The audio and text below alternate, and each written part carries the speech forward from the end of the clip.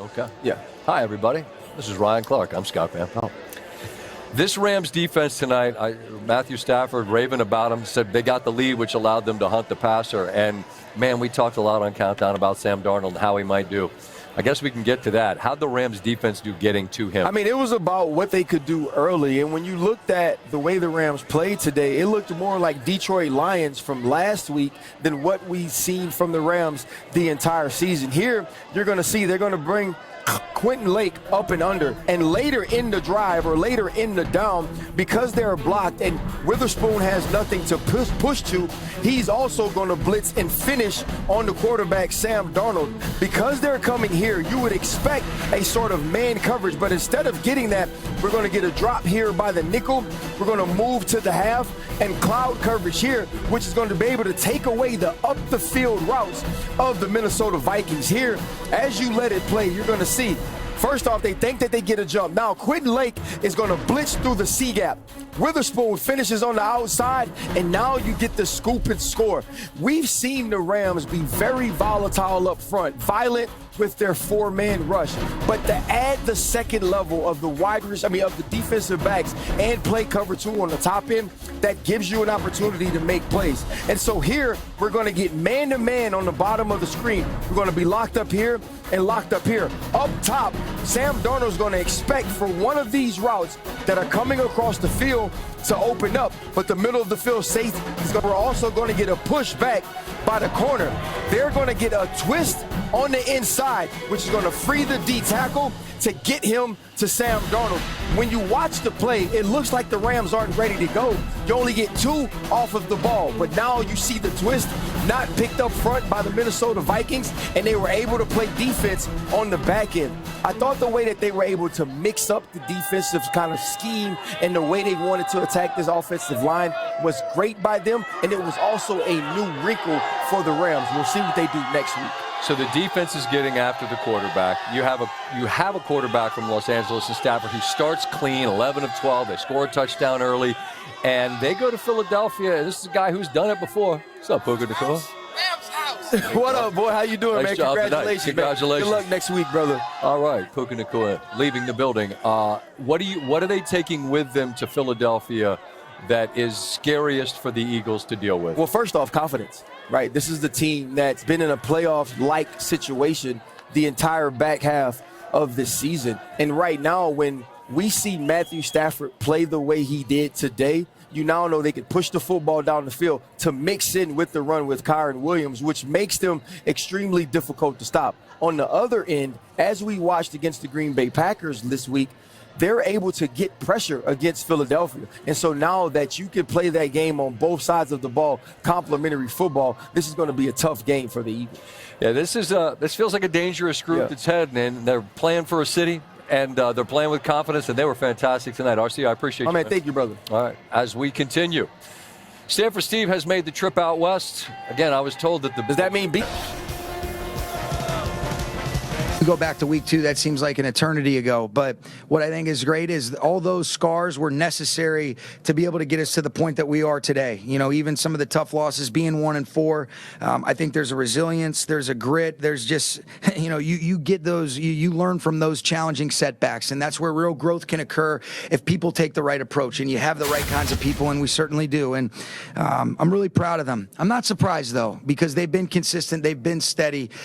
We're grateful for the win. And now, while we were certainly excited about being able to advance, we've got a short week, and we've. As best as you could describe this week, man. I mean, you had a job to do, and you did it, and kudos for that. But how are you and your team able to take what's going on, put it on the side for a minute, and do your jobs? Yeah, I mean, it starts with our head coach, obviously, dialing everybody in. But it's been a heck of a week. Our organization did an unbelievable job of taking care of us players, our families, everybody, getting us to a safe place where we can come and practice here in Arizona.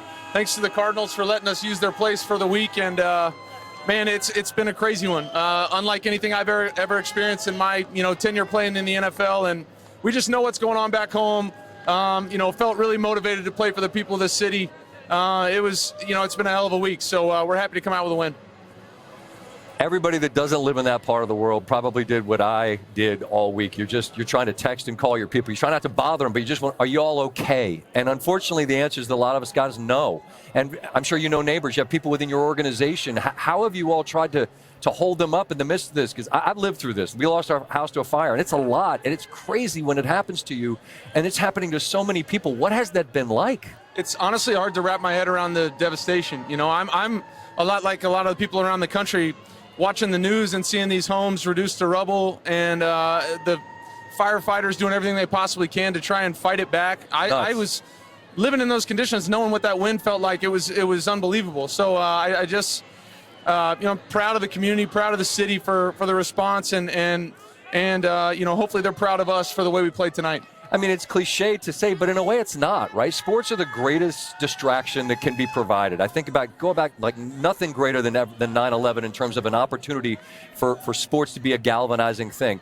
You're able to give your city something for 3 hours. Now you get a chance to do it again on next weekend. How much of a rallying cry is that among your group, just to put on for the city? It's huge. It's huge. You never want a tragedy to make you come together and do all that, but sometimes that's what you're living through, and that's what we're living through in the moment. And to be able to make it to the playoffs, get this opportunity to come here and play in front of an unbelievable crowd. It was awesome. A bunch of blue that we appreciate big time for what a week we're going through, and they showed up for us and made it loud. So it's everything to us. We're going to go back home. Hopefully we can practice. We'll figure that out and get ready for another one. I know you don't know what you're going back to, and I'm in touch with LA friends today, and like the winds tonight are scary, man. It's so beyond people's control. But you guys can control what you put on the field, and it's trite to talk football, but that's what you just did, and you played a hell of a game. And that defense, 9 sacks, man. That young group, they've been good all year. This was their best game tonight, wasn't it?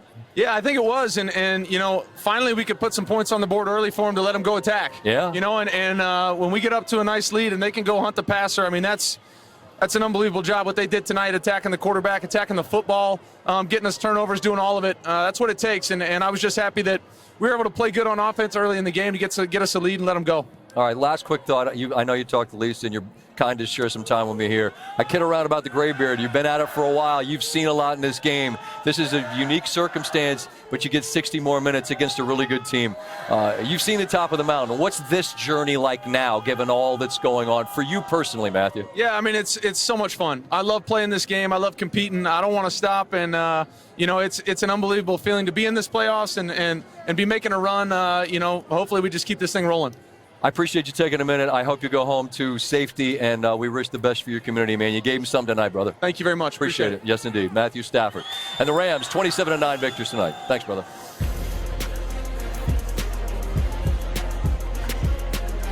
Matthew Stafford improves to 5-1 in playoff games since joining the Rams 4 seasons ago. Multiple touchdown passes with no picks in 4 of them, which is tied with Josh Allen for the second most of any player over that span.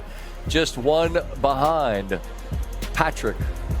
Kênh YouTube của mình, video ngày hôm nay của mình sẽ là những video tô mò. Đây, những video tô mò của những sản phẩm con vật đây các bạn ạ. Đây là con chim cánh cụt này, mình tô rất chi là nhiều con vật. Ở đây con cá sấu này, nhiều lắm.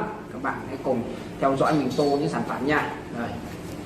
Và để tô được sản phẩm của mình không thể nào thiếu được hộp săn mò. Đây là hộp săn mò của mình thường dùng này, nó phụ trợ cho mình tô mò sản phẩm. Và bây giờ các bạn cùng theo dõi mình tô mò nha. Bây giờ mình sẽ tiếp tục mình các bạn. Mọi người ơi, còn một thành đồ video của mình để đây là kết thúc nha.